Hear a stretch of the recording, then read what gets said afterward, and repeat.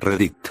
Con más de 500 millones de usuarios, entre memes, debates y curiosidades, también se esconden historias trágicas. ¿Qué ocurre cuando un usuario reconocido y activo desaparece de repente? ¿Por qué algunos perfiles parecen desvanecerse sin dejar rastro? En este video exploraremos 5 casos de usuarios cuyas vidas tomaron giros trágicos. Comencemos. Oxioveroxygen era un usuario conocido dentro de las comunidades en línea TEDxCult y Druckcirclejörg. Este último se destacaba por su enfoque en el humor, las parodias y las discusiones sobre la cultura de las drogas. Durante los años 2019 a 2022, Oxioveroxygen fue una figura activa en estos foros, ganándose una reputación gracias a su participación constante. En un entorno donde los memes y las bromas sobre el consumo de sustancias eran moneda corriente, su presencia era notoria, y se convirtió en una figura familiar para otros miembros de esta comunidad. En el año 2022, hizo este post titulado: "Encontré una mochila con heroína tirada en la calle. La tentación de esnifar una línea era irresistible, al abrirla, tenía al menos 1 kilogramo de heroína, con una pureza del 90%, proveniente de Camboya. Agarré todo para más tarde tirar la mochila". Desgraciadamente, este sería su último post. Después de responder algunos comentarios, no daría señal de actividad nunca más. Poco después, otro usuario nos daría la trágica noticia. El post decía así: "Perdimos a Oxioveroxygen. No sé cuántos de ustedes lo hayan conocido, pero se decía que era una leyenda por aquí. Lamentablemente, el 16 de marzo de 2022, falleció a causa de una sobredosis en Camboya. Hizo muy buenos amigos en el chat grupal en el que estábamos, incluyendo a mí. Es con tristeza que digo, descanse en paz, Nathan. Perdimos a un gran amigo y a una persona con un enorme potencial". Para aquellos que cuestionen la veracidad de este mensaje, quiero aclarar que leí su obituario y lo conocía bien. Al leer su obituario, podemos ver que su verdadero nombre era Nathan Jens Rasmussen, tenía 21 años, nacido en Phoenix, Arizona. Todos los que lo conocieron, tanto en persona como en línea, lo describían como una excelente persona. Nathan era un expatriado que residía en Camboya, donde tenía planes de enseñar inglés a jóvenes. Era un apasionado de los viajes y de montar en bicicleta.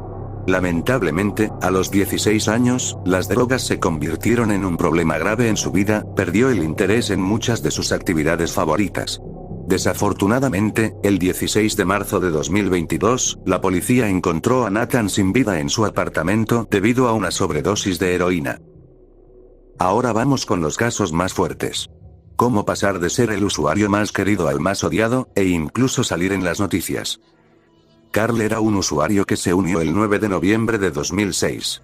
Destacó por sus amplios conocimientos en informática, comenzó a ofrecer cursos gratuitos de programación en su propia comunidad de Reddit, llamada Carl Programming.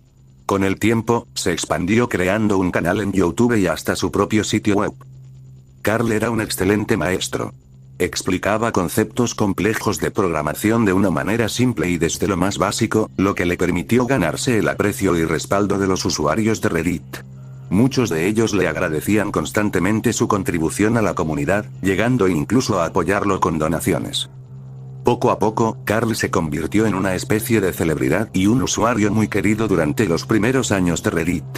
Pero sin embargo, Carl haría algo que nadie nunca se imaginaría. A finales de 2013, Carl desapareció repentinamente por completo de Reddit como de YouTube.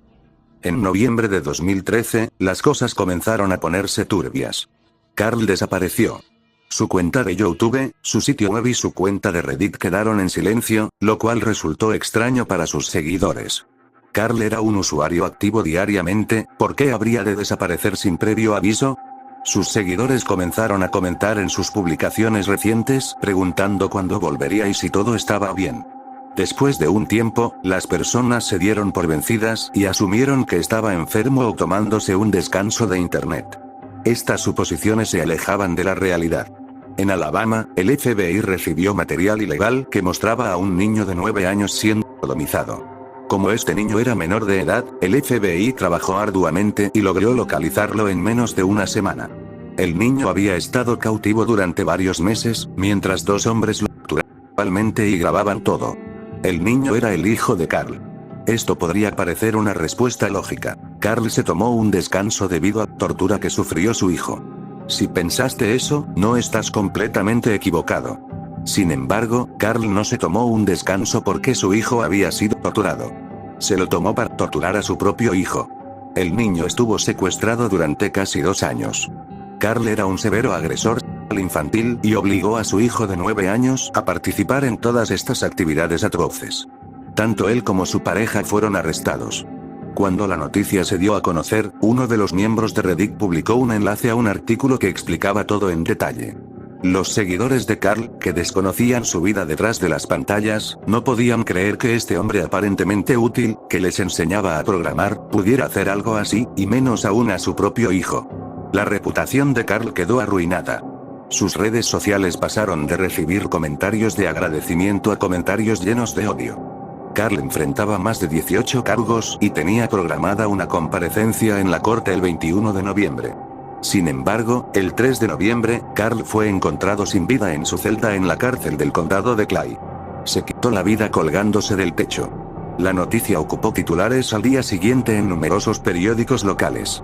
Las autoridades de la prisión fueron entrevistadas, pero ninguna había notado indicios o tenido sospechas de que Harold pudiera atentar contra su propia vida. El abogado de Carl expresó su incredulidad ante lo ocurrido.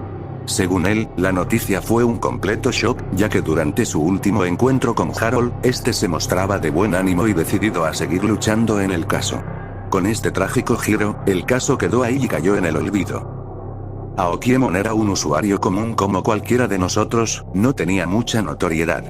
Usaba la plataforma principalmente para distraerse y participar en foros de discusión sobre temas variados, como publicaciones aleatorias relacionadas con Amazon, relaciones personales o familia. En algunos de sus comentarios, Aokiemon compartía detalles sobre su vida personal. Por ejemplo, en uno de ellos escribió: "Tenía 15 años cuando me casé en Texas en 1987.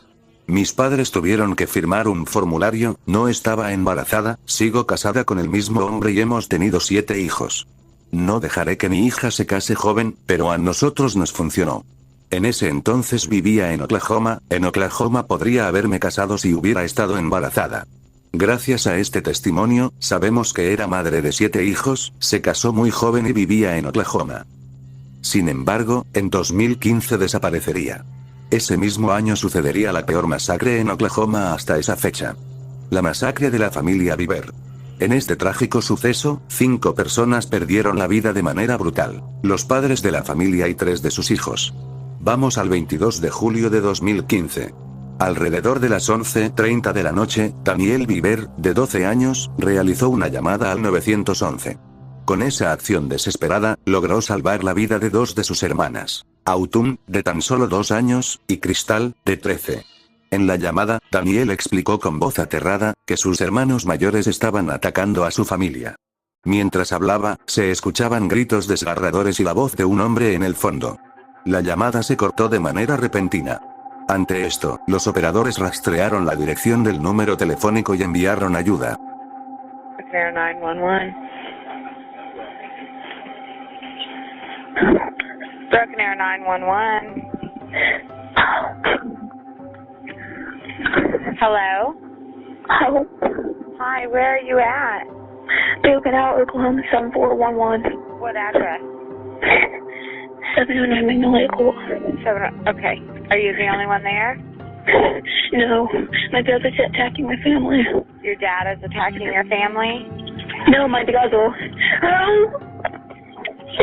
Okay, who's attacking your family? What? Who's attacking your family? Yes. Who is it? Do they have...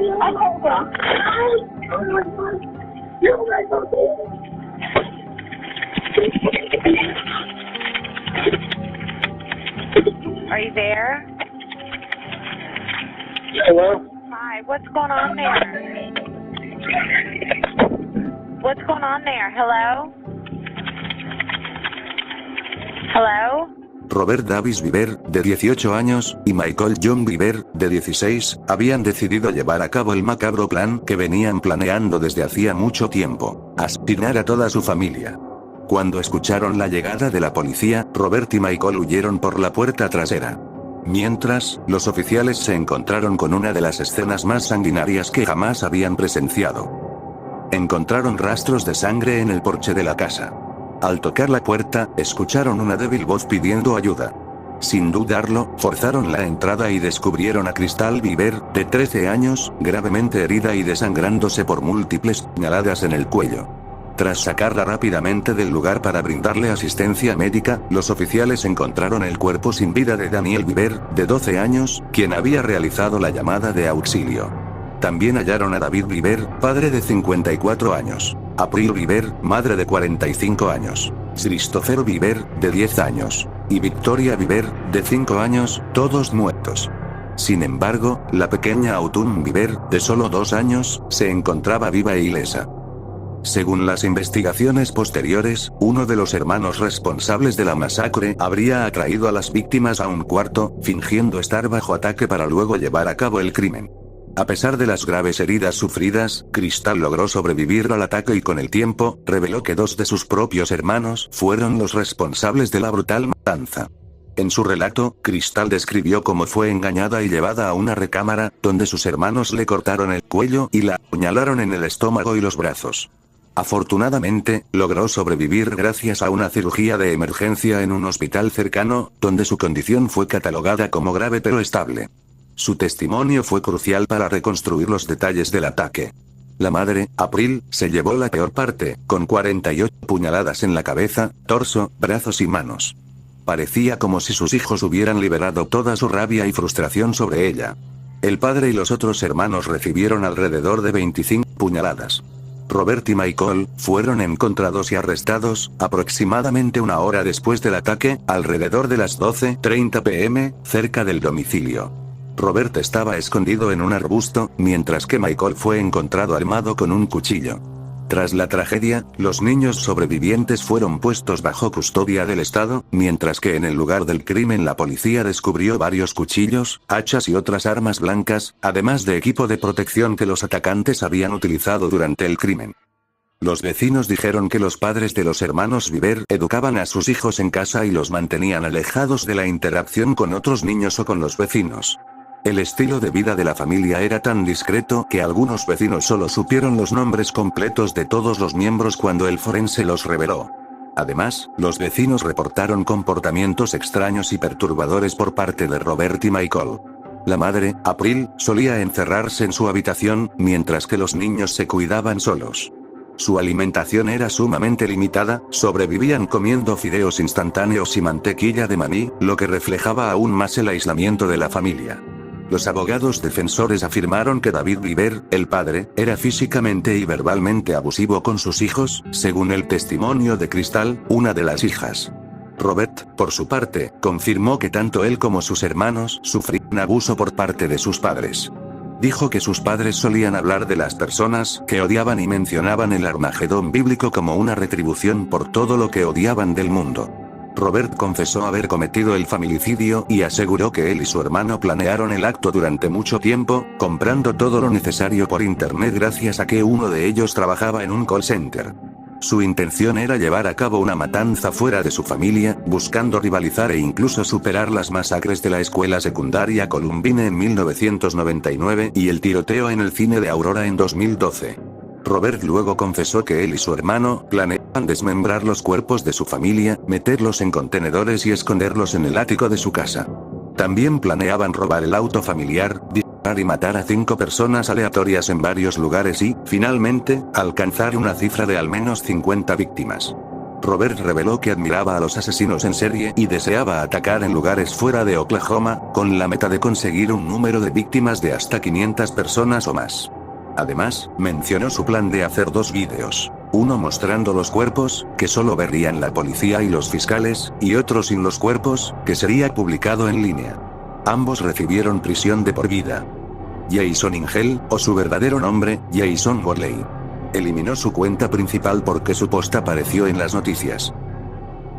En el año 2016, publicó un post en el subreddit Consejos de Relaciones titulado: "Estoy teniendo dificultades para lidiar con mi esposa de 29 años. Me engañó con nuestro vecino de 51 años. Descubrí que mi esposa me engañó hace más de un año. Me quedé con ella por el bien de nuestros hijos, pero no he podido sacarlo de mi mente desde entonces.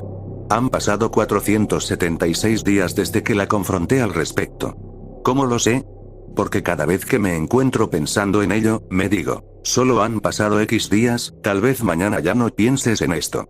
En ese entonces acababa de asumir un nuevo proyecto y más responsabilidades en el trabajo. Estaba trabajando muchas horas, más de 60 a la semana, y era evidente que estaba estresado. Fue en mayo de 2015 cuando noté que ella había puesto una contraseña en su teléfono.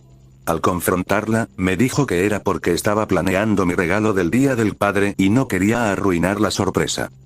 Aproximadamente una semana después, vino a mí y me dijo que se sentía culpable por guardar un gran secreto, y me contó que nuestro vecino, un contratista, estaba construyendo una oficina en casa para mí como regalo. Me pareció extraño, ya que en los 6 años que llevamos juntos nunca había dicho que se sintiera culpable por algo y siempre insistía en que nunca se arrepiente de nada en su vida. El tiempo pasó, su teléfono sigue estando protegido con contraseña y las cosas no se sienten bien. La veo usar su teléfono y sonreír para sí misma con más frecuencia. Pero cuando le pregunto qué está haciendo, me dice que nada y guarda el teléfono. Así que una mañana espero a que entre a la ducha y tomo su teléfono antes de que se bloquee.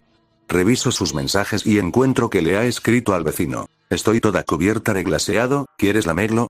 No había otros mensajes al vecino, pero más tarde descubrí que era porque había configurado su teléfono para eliminar los mensajes después de cierto tiempo.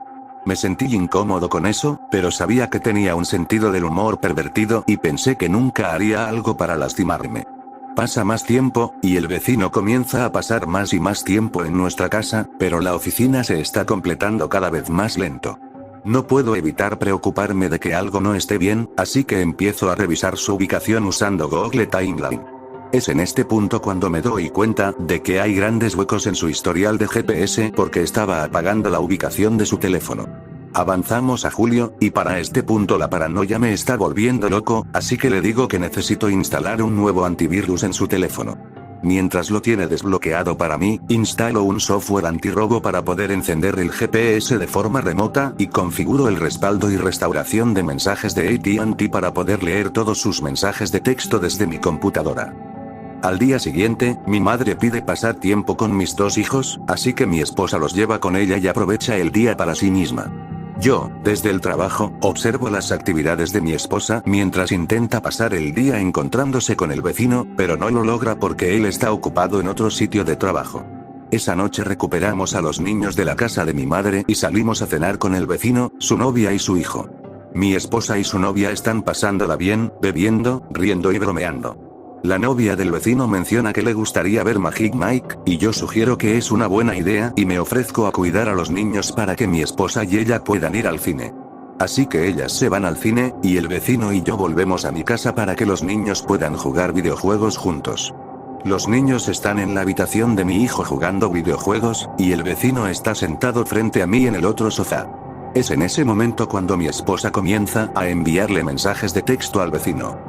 Le describe actos sexuales que le gustaría realizar con él, y él le responde de manera recíproca. Ella le dice que revise su Snapchat, y al mismo tiempo recibo un mensaje de Snapchat de ella también. Es un video donde aparecen masturbándose en el baño de un cine. Siguen hablando, intentando coordinar un momento para encontrarse y tener sexo. Deciden hacerlo el lunes por la mañana, después de que yo me vaya al trabajo. En mi mente, ya planeaba fingir que me iba al trabajo para regresar y atraparlos. Pero entonces se dicen que se aman, y me cuesta no saltar del sofá para golpearlo. Aún así, me contengo y sigo leyendo la conversación que se desarrolla frente a mí. Él le dice: ¿eres mi chica ahora?, a lo que ella responde: siempre lo he sido. La conversación termina con él escribiendo: y siempre lo serás. Cuando mi esposa regresó del cine, les pedí a los 2 que se sentaran. Le pedí a los niños que se quedaran en el cuarto. En la sala, confronté a mi esposa y al vecino diciendo: ¿así que se aman, eh? Mi esposa entra en completo estado de negación, mientras que la novia del vecino comienza de golpearlo. Le pregunto a mi esposa si ha estado enviándole mensajes de texto, y ella responde que no. Entonces le muestro los mensajes, y lo admite, pero asegura que era la primera vez que llegaba tan lejos. Luego le pregunto si le ha enviado fotos, y ella dice que no.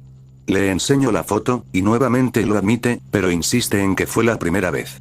Le pregunto si está teniendo relaciones sexuales con él, y me dice que no.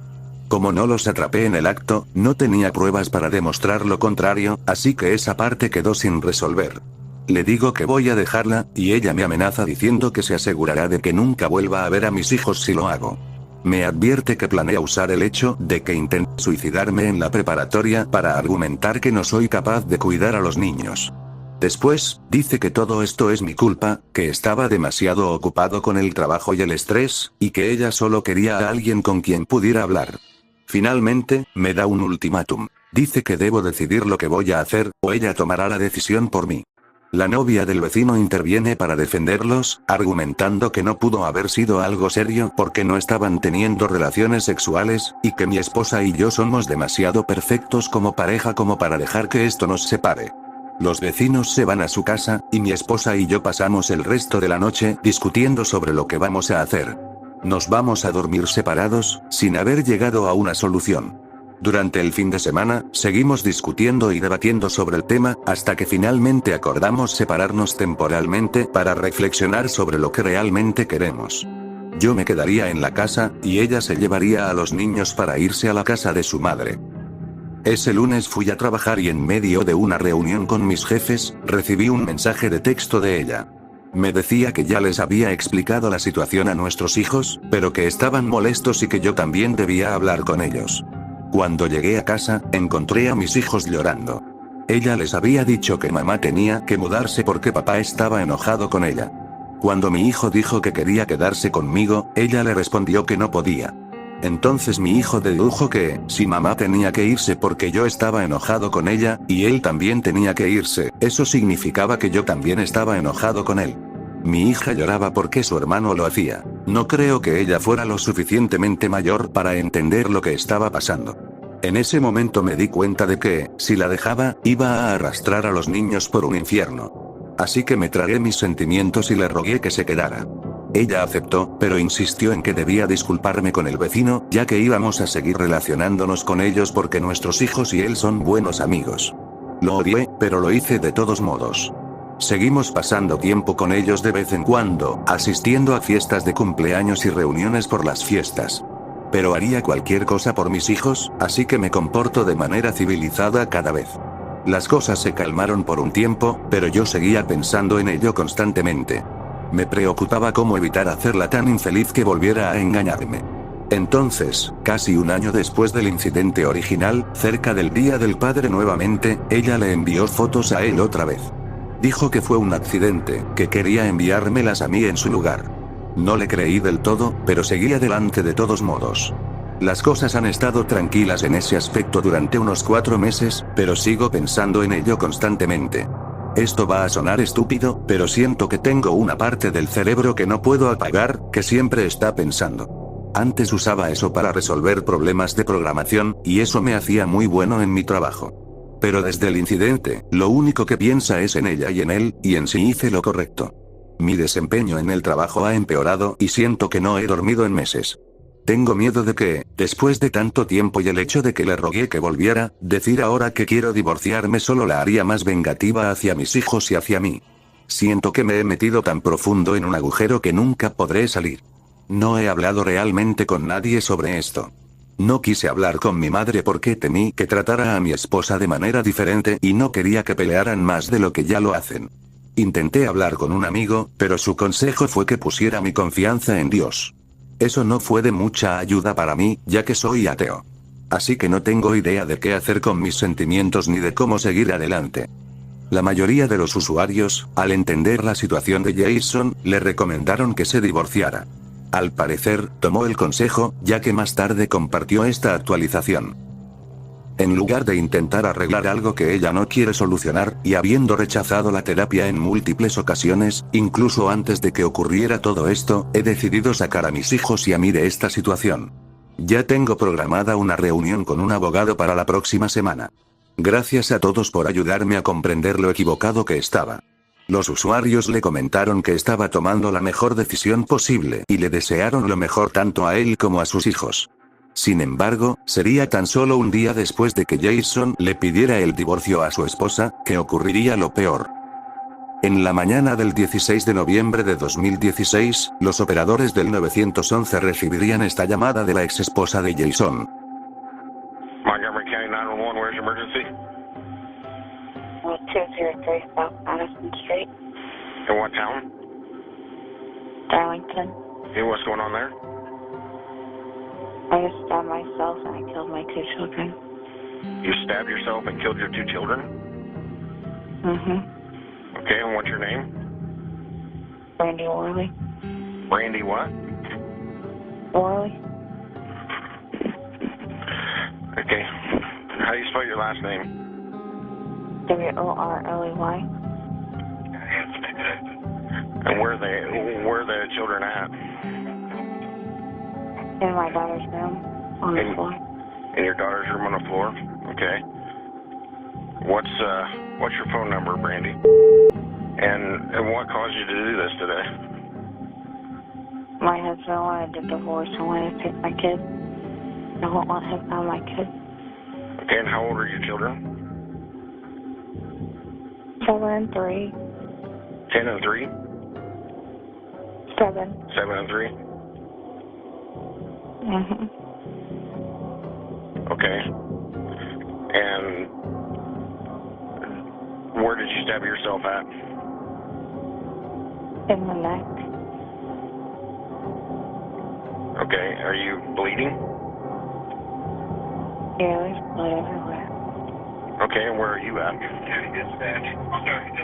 In my living room. You're in their living room?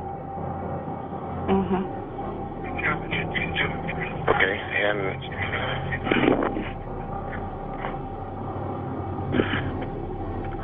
are you armed now with the knife still? No, it's in my children's room. Still there? Hello? Okay, where's your husband at? Downstairs somewhere. Okay, and what's his condition? I don't know. I haven't talked to him. And when you say downstairs, is he in a basement or? Yeah. What's his name? Jason. Is what? Jason. Nathan? Jason. Jason? Jason Worley? Yeah. Okay. And do you have any other weapons with you? Yeah, no. No? Okay. And what are you feeling right now? I mean, you're tired? Are you where? Yeah. I took a lot of Benadryl. You took a lot of Benadryl? Yeah. Okay. Is the front door unlocked? No, we don't use it. You know, you just use the back door? Yeah. Side. It's on the side. It's unlocked. Okay. And is there anyone else in the residence besides your children and you and your husband? I called my mom. You called your mom? What did she say? To hang up and call 911. And she'd be here in a second. What's your mom's name? Rosemary Zell. Can you spell that for me? The last name? No, I'm having a hard time. I have a hard time hearing you. What did you say your mom's name was? Rosemary Zell. Rosemary Odell? Zell. Zell, okay. Rosemary Zell, okay. Do you have a phone number for her? La noche anterior a los hechos, Brandy Worley compró un cuchillo y lo escondió en la habitación de su hijo Tyler. A la mañana siguiente, despertó al niño de 7 años, y lo llevó a la habitación de su hermana menor, Charlie, de 3 años. Una vez que estaban los tres juntos, Brandy atacó a Tyler, apuñalándolo repetidamente hasta acabar con su vida. El ruido despertó a Charlie, quien preguntó qué estaba pasando. Brandy le respondió que no era nada, y la niña volvió a dormir. Minutos después, Brandy también hizo lo mismo con su hija. Tras acabar con sus hijos, Brandy intentó quitarse la vida apuñalándose varias veces en el cuello. Todo esto pasó mientras Jason dormía en el sótano de la casa. Cuando llegó la madre de Brandy, sus gritos de horror despertaron a Jason. Al subir las escaleras desde el sótano, se encontró con la aterradora escena y a Brandy gritándole: "Ahora ya no puedes quitarme a los niños".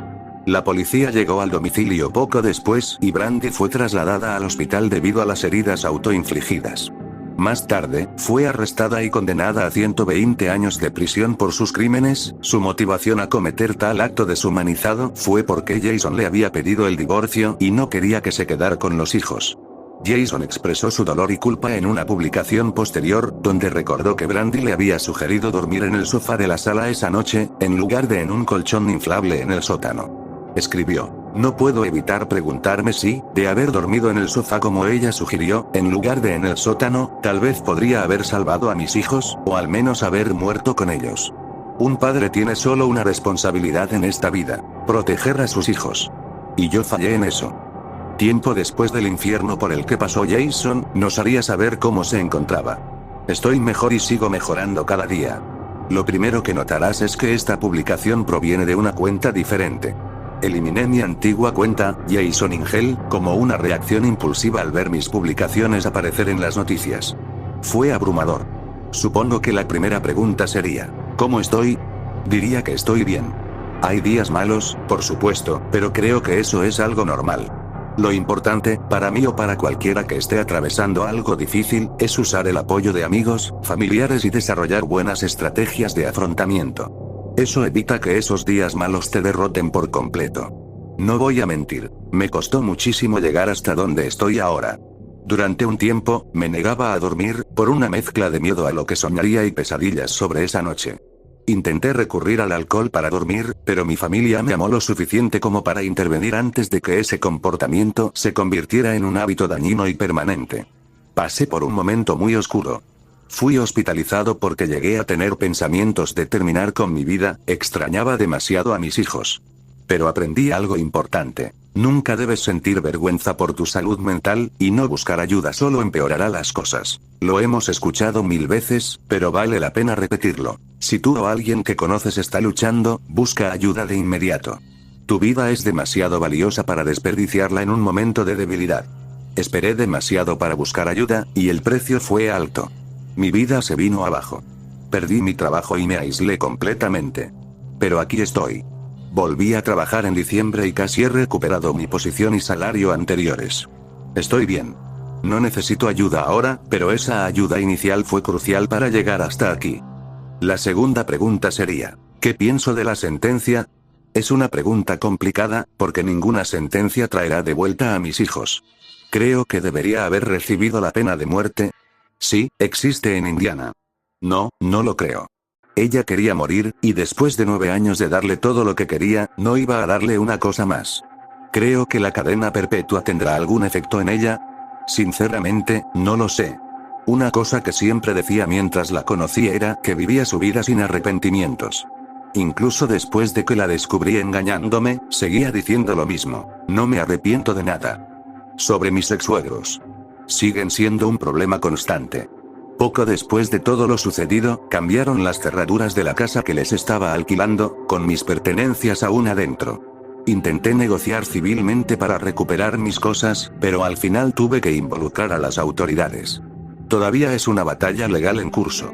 Un miembro de la familia incluso me acusó de robar cosas que les había comprado antes de la muerte de mis hijos. Me amenazaron con demandarme si no les pagaba el doble de lo que ya había dado. Afortunadamente, las autoridades intervinieron, y hasta donde sé, ese asunto está resuelto. Sin embargo, su hostilidad no termina. Han hecho que visitar la tumba de mis hijos sea un calvario. En el primer aniversario de su muerte, se quedaron sentados en su camioneta, observándome todo el tiempo que estuve ahí. Por esa razón, no visito la tumba tan seguido como me gustaría. Si algo he aprendido de esta tragedia es esto: siempre toma el tiempo para estar con las personas que amas. No importa si te piden que leas El perrito curioso por millonésima vez, o que juegues Smash Bros., aunque ambos sepan que siempre te ganarán. Hazlo. Porque nunca sabes cuándo será la última vez. Asegúrate de que sepan cuánto los amas. Yo tuve la fortuna de que las últimas palabras que mis hijos escucharon de mí fueran: los amo. Buenas noches. Nos vemos en la mañana. Sustinet era un usuario activo desde 2016 en el subreddit de Tamagotchi, mascotas virtuales, donde solía participar de forma regular. También en otras comunidades enfocadas en temas como consejos para padres, relaciones interpersonales y situaciones cotidianas, donde acostumbraba a dar consejos o emitir respuestas con un tono moralista. Por ejemplo, en un post que decía: un hombre intentó tomar fotos de forma discreta debajo de la falda de mi esposa. A lo que Sustinet comentó: manejaste la situación de manera admirable. El acosador no demuestra tener una mentalidad estratégica ni una preocupación por las consecuencias a largo plazo de sus acciones. Aunque escalar la violencia puede parecer moralmente justificable y comprensible en un caso como este, podría traer consecuencias graves y contraproducentes, por lo que siempre es mejor evitarlo si es posible. Un criminal acorralado puede ser extremadamente peligroso, especialmente si siente que está luchando por su vida o su libertad. Es importante recordar que proteger y proveer para tu hija y tu nieto sería complicado desde una prisión o, peor aún, desde una tumba. Además, enfrentar cargos serios por agresión podría poner en riesgo tu capacidad para mantener un empleo estable y proveer ingresos para tu familia. Un hombre sabio toma en cuenta estas variables antes de actuar. Hacer lo correcto, de una forma que beneficie a tu familia a largo plazo, es siempre la decisión más inteligente. Al proteger la privacidad y la dignidad de tu esposa sin poner en riesgo tu futuro ni el de tu familia, mostraste inteligencia, autocontrol y verdadero liderazgo. Tu intervención probablemente dejará una marca en la mente del acosador. Si no recapacita, al menos ahora está en el radar de la seguridad del lugar, lo que lo hará pensarlo 2 veces antes de intentar algo similar en el futuro. Bien hecho. Eres un buen esposo, un buen padre y un hombre con visión. Todas estas palabras resultan irónicas, después de saber el monstruo que era en el interior. El verdadero nombre de Sustinet es Stefan Stearns, un hombre de 37 años que vive en Florida. Mantenía una relación con Jen Soto, una mujer que tenía una hija de 13 años llamada Madeline Soto. Pero, el 26 de febrero de 2024, Madeline Soto fue reportada como desaparecida, después de que su madre la fue a buscar a la escuela y no llegó. Tan solo 4 días después, el cuerpo de Madeline fue hallado en una zona boscosa. Presentaba signos de estrangulamiento y abuso. Ese día, su padrastro Stefan Stearns era el encargado de llevarla a la escuela. Según la versión de Stefan Stearns, Madeline Soto tenía clases a las 9:15 am, por lo que ambos se levantaron temprano, alrededor de las 7 am, ya que planeaban pasar por McDonald's antes de ir a la escuela. La madre de Soto afirmó que Stefan y Madeline habían dormido en la misma habitación. Explicó que no tenía problema con esta situación, ella había dormido en la planta baja tras tomar unas pastillas para dormir. De acuerdo con Stearns, ambos se dirigieron a McDonald's, y durante todo el trayecto Madeline permaneció dormida. Al llegar, él le preguntó si todavía quería comer algo, pero ella respondió que no. Stearns realizó un giro en el estacionamiento de una iglesia para intentar convencerla nuevamente, ya que él tenía hambre, pero Madeline insistió en que prefería ir directamente a la escuela. Finalmente, decidieron continuar el trayecto. Sin embargo, Stearns dijo que, de camino a la escuela, recordó que había olvidado el control remoto para abrir la puerta de su casa. Según su versión, decidieron regresar al apartamento, ya que aún tenían tiempo de sobra antes de que comenzaran las clases. Tras recoger el control remoto, retomaron el camino hacia la escuela.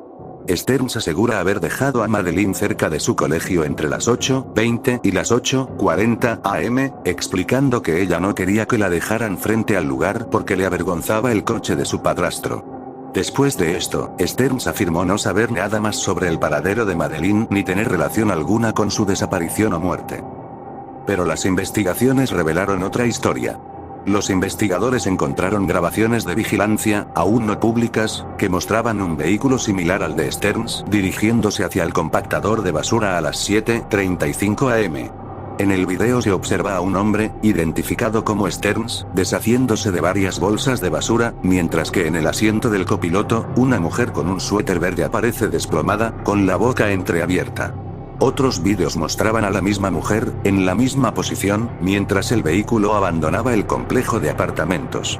A las 7:50 am, un video muestra el vehículo saliendo del complejo por la puerta trasera, en él se observa al mismo hombre con una camiseta roja y a una mujer con un suéter verde en el asiento del pasajero, con la cabeza inclinada hacia su lado izquierdo. 8:19 am, otro video muestra al hombre de camisa roja, identificado como Stearns, entrando nuevamente al complejo por la puerta principal. Madeleine sigue en el vehículo, en la misma posición. A esta hora Stearns afirmó haber dejado cerca de la escuela a Madeleine. 9:40 am, otro video muestra el vehículo similar al de Stearns llegando a un hotel, el hombre con camisa roja baja del auto, abre el maletero y, posteriormente, la puerta del pasajero, cargando lo que parece un cuerpo inerte hacia el maletero. 10:00 am, Stearns afirmó haber regresado a su casa. 11:00 am, Stearns declara que salió nuevamente para visitar una tienda de vaporizadores. Los detectives encontraron un video de un hombre blanco comprando en la tienda, aunque no se confirmó si coincidía con la línea de tiempo presentada por Stearns.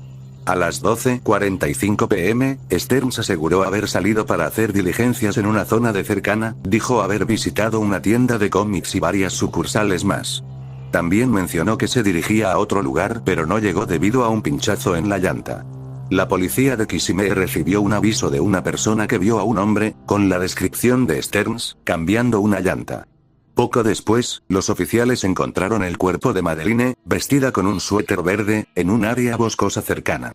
2:35 pm, Stearns afirmó haber llegado a su casa después de reparar la llanta. A las 4:35, varios vídeos muestran a Stearns llegando al compactador de basura del complejo en su sedán Lincoln plateado. Los documentos indican que retiró una llanta o parte de la banda de rodadura y la arrojó al compactador. El departamento de policía de Kissimmee recibió más informes de testigos que vieron a un hombre con la descripción de Stearns cambiando una llanta. Los oficiales de la oficina del sheriff del condado de Osceola llegaron al lugar y encontraron el cuerpo de Madeleine, vestida con su suéter verde, en una zona boscosa cercana. Además, se halló una llanta en el compactador con el mismo patrón de rodadura que la llanta trasera derecha del vehículo de Stearns. Cerca del compactador, se descubrió una bolsa de basura que contenía una mochila identificada como la de Madeleine. Por si todo esto no fuera suficiente, el día de la desaparición de Madeleine, Stearns había reseteado su celular. Cuando fue arrestado como el principal sospechoso, el dispositivo fue incautado por la policía, y al sincronizarse con su respaldo de Google, se descubrió que su galería estaba llena de imágenes de esto reveló que había estado usando de Madeleine durante aproximadamente 2 años atrás. A esto se suman los rastros encontrados en su auto, el cual había sido lavado. Aún no sabemos por qué le hizo tales cosas a la pobre niña de 13 años. En su caso, parece haber evidencia sólida, y las autoridades están buscando la pena de muerte para Stearns. En cuanto a su madre, se especula que podría haber sido cómplice, o al menos, sabía lo que su pareja le hacía a su hija, aunque esto no ha sido confirmado. Estos solo fueron algunos casos. Si te gustó el video, házmelo saber en los comentarios. Nos vemos.